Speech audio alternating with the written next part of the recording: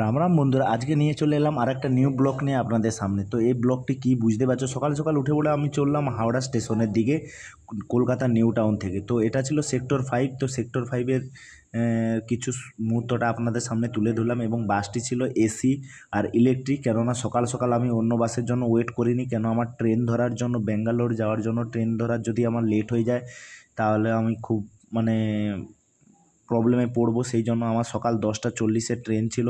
তো আমি সেক্টর 5-এর উপর থেকে বাসে হয়ে চললাম সোজা, যেমন বাস যায় আর বাস রুট। তো এই সব কিছু ডিটেলস আপনাদের জানাবো, কীভাবে যাওয়া যায়, কীভাবে বাইকও নেওয়া যায়, সেটা সব কিছু। তো চলে এলাম কাছাকাছি আমরা হাওড়া স্টেশন। তো হাওড়া স্টেশনের ব্রিজের কিছু মুহূর্তটা আপনাদের সামনে তুলে ধরলাম, এবং আমার বাইকও আমার এই ট্রেনেই নিয়ে যাচ্ছি।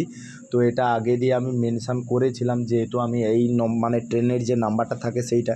তো বাসের স্ট্যান্ডে যেহেতু বাসটা দাঁড়িয়ে গেল, এবং আমি আন্ডারগ্রাউন্ড দিয়ে আমি প্ল্যাটফর্মে যাওয়ার জন্য আমি প্রস্তুত নিয়েছি, কেননা 21 নম্বর প্ল্যাটফর্মে আমাকে যেতে হবে। তো কী হবে, হাওড়া স্টেশনে লোক একদিকে বেরোচ্ছে, সেটা দেখেই বুঝতে পারছেন বিশাল ভিড় হয় ভাই। যারা অজানা যারা প্রথমে আসেনি তারা তো খুব প্রবলেমে পড়বে। তো এইখান থেকে আমার বাইকটা এন্ট্রি করিয়েছিলাম, যেটা আমার 17 নম্বর গেট বলে। তো আমি আসার একটু পরেই দেখি না ট্রেনটাও এসেছে, এবং তার আগে থেকেই আমার বাইকটাও আমার সঙ্গে যাচ্ছে। তো সেটা আপনাদের সামনে তুলে দিলাম, এবং সামনে সঙ্গে ছিল আমার রিসিভ কপি, যেটা আমার ওখানে রিসিভ করার জন্য লাগবে। আর তারপরেই দেখছি একটুক্ষণ পরে আমার বাইকটা কীভাবে তুলে, কেননা আমি এখনও পর্যন্ত আমার সিটে যাইনি, কেননা আমার বাইকটা কীভাবে আমার ট্রেনে তুলে, যেহেতু আমার খুব শখেই এতদিন আমি বাইকটাকে খুব যত্নেই রেখেছিলাম। আমার এই বাইকটির এজ হয়ে গেছে প্রায় 11 বছরের কাছাকাছি। তো বাইকটি কীভাবে তুলছে খুব দেখে খারাপও লাগছে, কিন্তু কিছু করারও থাকে না। ট্রেনে নিয়ে যেতে গেলে অনেক কিছু সহ্য করতেই হয়। আর তারপরেই যেহেতু আমার ট্রেনের মধ্যে ভেন্ডরের মধ্যে বাইকটা উঠে গেল, তারপরে আমি লগে নিয়ে চললাম আমার ট্রেনের মধ্যে। তো ট্রেনে কিছুক্ষণ থাকার পরেই দেখলাম খুব টাইম কম ছিল, এবং পুরো 10টা 40-এই দুরন্ত এক্সপ্রেসটা রওনা দিল এসএমবিটি ব্যাঙ্গালোরের উদ্দেশ্যে। তো আপনারা সঙ্গে থাকুন, আরও কিছু মুহূর্ত এবং ট্রেনে আমার যাওয়ার মুহূর্ত, ওখানে নামার ভিডিও, কিভাবে আমি বাইক রিসিভ করলাম, সেগুলো আপনাদেরকে এই ব্লগের মাধ্যমে আপনাদেরকে সামনে বলবো।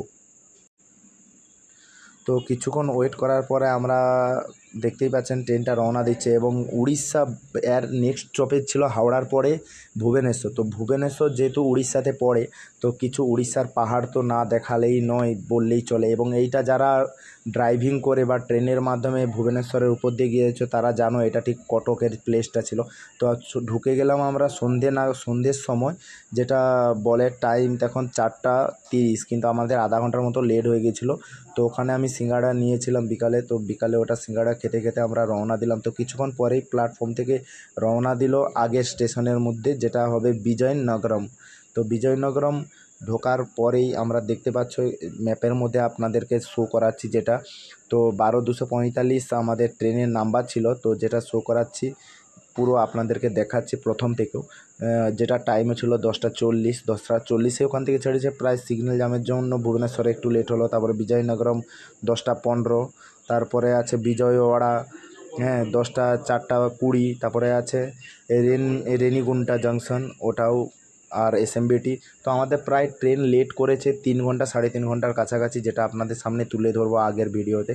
তো সকালে একটা রাতের মধ্যেই পাস করেছে আমাদের যেটা বিজয়নগরম বলে। তো ওটা অতটা তুলে ধরতে পারিনি। আর বিজয়নগরম বিজয়ওয়াড়া যেটা 4টা 20-তে পারানোর কথা, ওটাই হচ্ছে আমাদের পেরিয়েছে 6:30টার পরে। তো ওটার পরেই আমরা চলে এলাম রেনিগুন্টা জংশনটা সকালে। আর এর আগে যেটা ভিডিওটা দেখালাম সকালে মাঠে, ওটা ছিল খুব সুন্দর একটা প্লেস। বাট এখানে এই এরিয়াতে অতটা ভুট্টা চাষ হয়, ধান চাষ হয় না আমাদের মতো। তো ওখান থেকে আমি নিয়েছিলাম রেনিগুন্টা থেকে কলা, যেহেতু এখানে কলা খুব কম দামে আর ভালো কলা পাওয়া যায়। চলে এলাম সন্ধ্যে 6:30 নাগাদ, যেটা আমাদের আশা ছিল, দেখতেই পাচ্ছেন 6টা 42, যেটা আমাদের আসার কথা ছিল 3:30 থেকে 3:45টার মধ্যে আমাদের এসএমবিটি ব্যাঙ্গালোরে পৌঁছানোর কথা। তার একটু পরেই ওখানে নেমে দেখলাম আমার লগেজটা, বাইকটা একটু খুব খারাপ অবস্থায় ছিল, কেন ট্রেনে আমার বাইকের ওপর আরেকটা বাইক পড়েছিল। তো এখানে অ্যাকচুয়ালি ট্রেনে নিয়ে আসলে অনেক সমস্যাও হয়, বাট মানুষ আরামের জন্য নিয়ে আসে। তো বাইকটি আমি পৌঁছে গিয়েছিলাম, স্টেশন ওইখানটাই ছিল। তো আমি চলে এসেছিলাম পার্সেল যেখানে রিসিভ করে সেই অফিসে। তো এই 3 নম্বর কাউন্টারে আপনার রিসিভ কপি দেখিয়ে এবং সঙ্গে আধার কার্ড দিয়ে বা সাইন করে ওইটা রিসিভ করতে হয়। তো কিছুক্ষণ ওয়েট করার পরে আমার বাইক আসেনি বলে আমি নিজেই চলে গেলাম নিয়ে আসতে, কেন ওটার কাজ করতে খুবই লেট হচ্ছে, কেননা আমাদেরকে আবার রুমে পৌঁছতে হবে। তো বাইকটা দেখছো, বাইকটা নিয়ে এসে আমি রিসিভ করে নিয়েছিলাম। তো এখানে একজন স্যার থাকে, তো উনি একটু মিলিয়ে নেবেন। তো আমি বাইকটি পুরো পার্সেল খুলে ফুলে নিজেই রেডি করে প্রায় স্টেশনের বাইরে চলে এসেছি। তো স্টেশনের বাইরে থেকে তো অতটা আপনাদের স্টেশনের মুহূর্ত দেখাতে পারিনি, কিন্তু এইটা ব্যাঙ্গালোর এসএমবিটি স্টেশনের বাইরের কিছু মুহূর্ত বা বাইরের দৃশ্য। তো আমার বাইকটি এখানেই দেখছেন অলরেডি ব্যাঙ্গালোরে রাইড করার জন্য প্রস্তুত। তো আমার এই মিনি ব্লগটি ভালো লেগে থাকলে আপনারা সবাই লাইক কমেন্ট করবেন এবং শেয়ার করে দিবেন যদি ভালো লাগে। আর কোনো কিছু জানার থাকলে অবশ্যই কমেন্ট করে জানাতে পারবেন।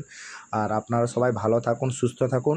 আর অবশ্যই জানাবেন এইটা যারা যারা ব্যাঙ্গালোর এসছে এই জায়গাটা কোন জায়গা। তো টাটা, বাই বাই, সবাই ভালো থাকবেন।